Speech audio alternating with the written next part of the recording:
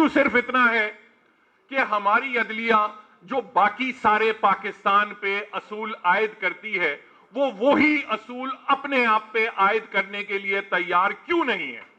That is the one issue in this. باقی ساری دنیا کو آپ باہر سے پھینک دیتے ہیں. یہ سینیورٹی ہزاروں لوگ بیٹھے ہوئے ہیں, آپ یہاں وکیل ہزاروں لوگوں کو واپس بھیج دیا, سول سرونٹس کو. سینیورٹی پرنسپل وائلیٹ ہوا.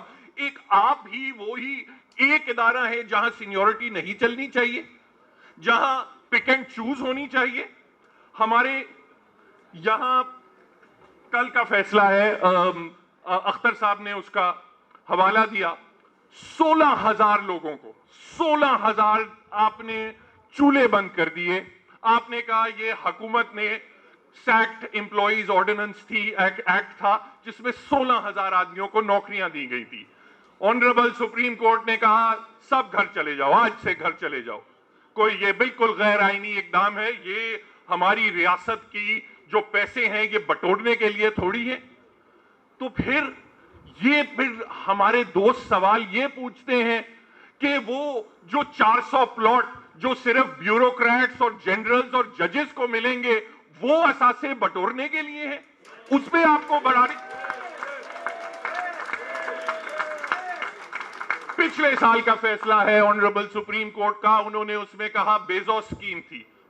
اس سے اچھی اسکیم میں نہیں سمجھتا کوئی ہو سکتی تھی. بڑی انہوں نے ایک بڑی, اور دنیا بھر میں ہوتا ہے, انہوں نے کہا یہ جو ہماری بڑی بڑی کمپنیز ہیں او جی ڈی سی, یہ وہ پی ایس او ایٹسیٹرا, ان میں یہ بیچارے جو بلو کالر ملازمین ہیں, جو نچلے طبقے کے ملازمین ہیں, ان کو بھی ذرا ایک اونرشپ دے دو کمپنی میں.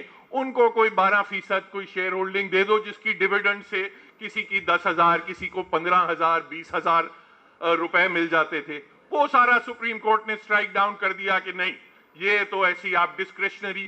غریب آدمی کو ریاست سے کچھ مل جائے تو وہ ہماری عدلیہ کو منظور نہیں ہے, مگر جو یہ سارے اعلیٰ افسران ہیں ان سب کو ملتے جائیں وہ ہماری عدلیہ اس کو سمجھتی ہے کہ وہ بالکل نارمل سی چیز ہے. پلاٹس کے بٹوارے کی بات ہو رہی ہے. اب میں آج صبح کے اخبار میں دیکھ رہا تھا, چیف جسٹس اطہر من اللہ صاحب نے شاید کم سے کم اسلام آباد کی حد تک تو روک دیا ہے, انہوں نے اسٹے آرڈر دیا ہے کہ ہمارا کوئی جوڈیشل آفیسر جو ہے وہ پلاٹ نہیں لے گا. اور انہوں نے اس کی وجہ بھی بہت ہی ریزنیبل دی ہے. انہوں نے کہا یہ جو جن لوگوں سے آپ یہ پلاٹ لے رہے ہیں کمپلسریلی آپ ان کی زمین ایکوائر کر رہے ہیں سستے دام پہ, وہ عدالت آئیں گے جب کہنے کہ نہیں ہمارا دام زیادہ حکومت کو لگانا چاہیے تھا, تو آپ پھر ایک طرف آپ نے پلاٹ الاٹ ہوئے اوپر سے آپ پھر انہیں کیا انصاف دیں گے. تو انہوں نے کم سے کم اسلام آباد کے ججز کو تو روک دیا, مگر مجھے اب پوری امید ہے کہ ان کی بھی اب سینیورٹی کا سلسلہ ختم ہو گیا ہے. جس طرح senior most chief justice Ahmed Ali Sheikh صاحب کا کی ایلیویشن کا معاملہ رک گیا, اب تو ان کا بھی بالکل ہی رک جائے گا. دوسری جو ڈسکریشنری پاور ہمیں سمجھ نہیں آتی, اور ہمارا سارا مطالبہ یہ ہے کہ اپنی ڈسکریشن کو لمٹ کریں. سب کو آپ کہتے ہیں آئین میں پہلا لیسن ہمیں کانسٹیٹیوشنل لا میں سکھایا جاتا ہے, discretion must be structured, discretion must be controlled. ایک بالکل اندھیر نگری نہیں ہونی چاہیے, آپ کی کمپلیٹ ایکسکلوسیو پاور نہیں ہونی چاہیے کہ میں جس پہ چاہوں ہاتھ رکھ دوں, جس پہ چاہوں نہ رکھوں. ہم سے یہ لوگ سوال پوچھتے ہیں. گجر نالے کی کسی دوست نے بات کی, گجر نالے میں ہزاروں کی تعداد میں گھر توڑ دیے گئے. آپ نے کہا یہ ان وائلیشن آف لا ہے, ہم توڑ رہے ہیں. سو موٹو ایکشن ہوا, ٹوٹ گئے. لوگ بیچارے بھوکے ننگے گھوم رہے ہیں سارے شہر میں, آپ نے دیکھے ہیں. ٹھیک ہے, لا از لا, مگر وہی قانون بحریہ ٹاؤن میں تو نہیں لگتا. وہاں تو ریگولرائزیشن ہوتی ہے, اور وہی سپریم کورٹ کہتی ہے کہ اس کو ہم ریگولرائز کریں گے, پیسے دے دو معاملہ حل ہو جائے گا. وہی سپریم کورٹ ثاقب نثار صاحب نے اپنے آخری دن as chief justice, C D A کے وکیل صاحب کھڑے ہوئے تھے, ہائرڈ بلڈنگ کا کیس تھا, اور یہ کہیں میں دور کسی ایسی جگہ چیچا وطنی کی بات نہیں کر رہا, میں کانسٹیٹیوشن ایونیو 1 کی بات کر رہا ہوں جو سپریم کورٹ بلڈنگ سے نظر آتی ہے. اس بلڈنگ پہ 70 منزلہ بلڈنگ ہے. آخری دن بطور چیف جسٹس انہوں نے وہ کیس سنا, اور آخری دن سی ڈی اے کے وکیل صاحب جو تھے پراچا صاحب وہ چیختے رہے, میں خود عینی گواہ ہوں, وہ چیختے رہے سر کل کیبنٹ کی میٹنگ ہے, اس بلڈنگ کی ریگولرائزیشن کا معاملہ کیبنٹ کل دیکھے گی. انہوں نے کہا نہیں یہ تو میرا آخری دن ہے, یہ آخری دن ابھی ریگولرائز ہوگی. اس پہ سپریم کورٹ خاموش ہے, اس پہ کوئی بات نہیں ہوتی. تو پھر آپ جب ہمیں کہتے ہیں کہ یہ ہم پہ چھوڑ دو, یہ ہم پہ اعتماد کرو, ہم پہ ٹرسٹ کرو کہ ہم اپوائنٹمنٹس بھی اسی فیئرنس سے کریں گے, تو پھر معذرت کے ساتھ میرے پاس تو کوئی جواب نہیں اپنے دوستوں کے سوالات کا. ماضی میں کچھ ہماری بارز کی طرف سے بھی کچھ تھوڑی زیادہ لچک تھی, ہم نے کئی مرتبہ وہ ایشوز نہیں اٹھائے, اور اس گرم جوشی سے وہ ایشوز نہیں اٹھائے جس طرح اٹھانے چاہیے تھے, اور اگر ہم اس وقت وہ اٹھاتے تو شاید آج یہ حال نہیں ہوتا. آپ کو یاد ہے آج کئی لوگوں کو برا لگا کہ چیف جسٹس صاحب کی تجلیل ہو گئی یا نمبر 2 کی یا نمبر 3 کی تجلیل ہو گئی. آپ کو یاد ہے کہ ثاقب نثار صاحب کے دور میں انہوں نے اپنا بینچ پہ بیٹھے ہوئے کہا تھا کہ مجھے پتا ہے یہ سندھ ہائی کورٹ کے ججز کیا کرتے ہیں, چیمبروں میں کن وکیلوں کے ساتھ ملے ہوئے ہیں. اس قسم کی بات جب سپریم کورٹ سے آئے گی تو پھر کون عزت کرے گا کسی جج کی. آپ نے دیکھا یہاں آئے ڈسٹرکٹ جج تھا گلزمیر سولنگی, اس کا فون اٹھا کے ایسے پٹخ دیا سارے کیمراز میں. اپنا یہ کوئی چیف جسٹس کا کام ہے؟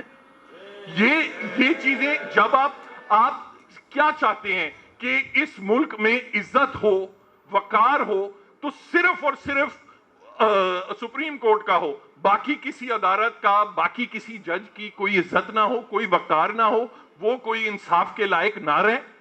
تو یہ جو چیزیں ہیں یہ آپ ان کو کلیکٹیولی دیکھیں.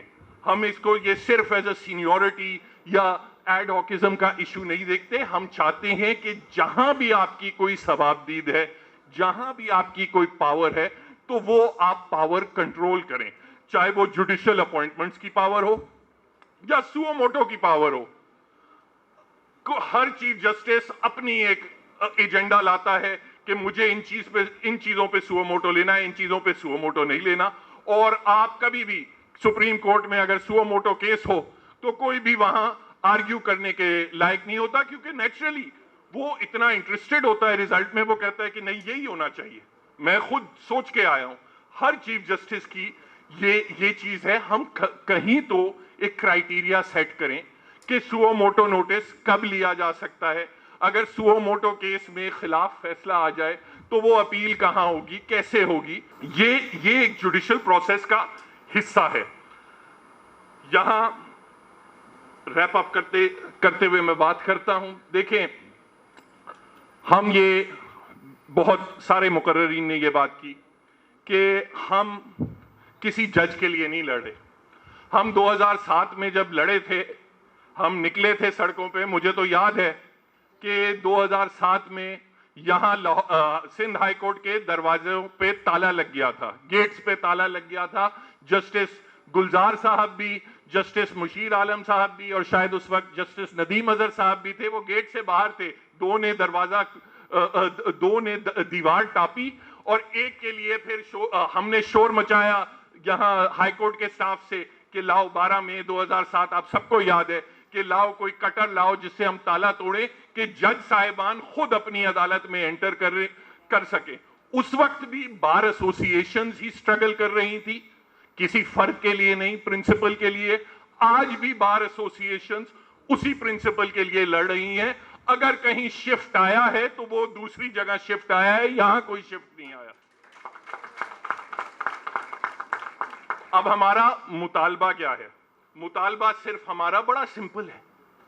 آپ کہتے ہیں سینیورٹی ہم نے فالو نہیں کرنی, صرف سینیورٹی حل نہیں ہے. تو آپ بتا دیں کیا حل ہے.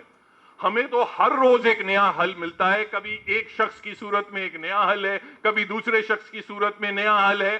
آپ بیٹھ کے ساتھ کرائیٹیریا تو فریم کریں کہ ہم اس طریقے سے اپنی اپوائنٹمنٹس کریں گے. جب تک آپ یہ پروسیس فالو نہیں کریں گے تو نہ ہمارے وکیلوں کی اور نہ ہماری عوام جو ہے وہ آپ پہ اس طریقے سے اعتماد کر سکے گی جس طریقے سے ہم چاہتے ہیں. ہماری سٹرگل یہ ہے کہ ہماری عوام ہماری عدلیہ پہ اعتماد کر سکے. اور آپ ابھی تک جو آپ کا عمل ہے وہ اعتماد نہیں پورا ہو رہا.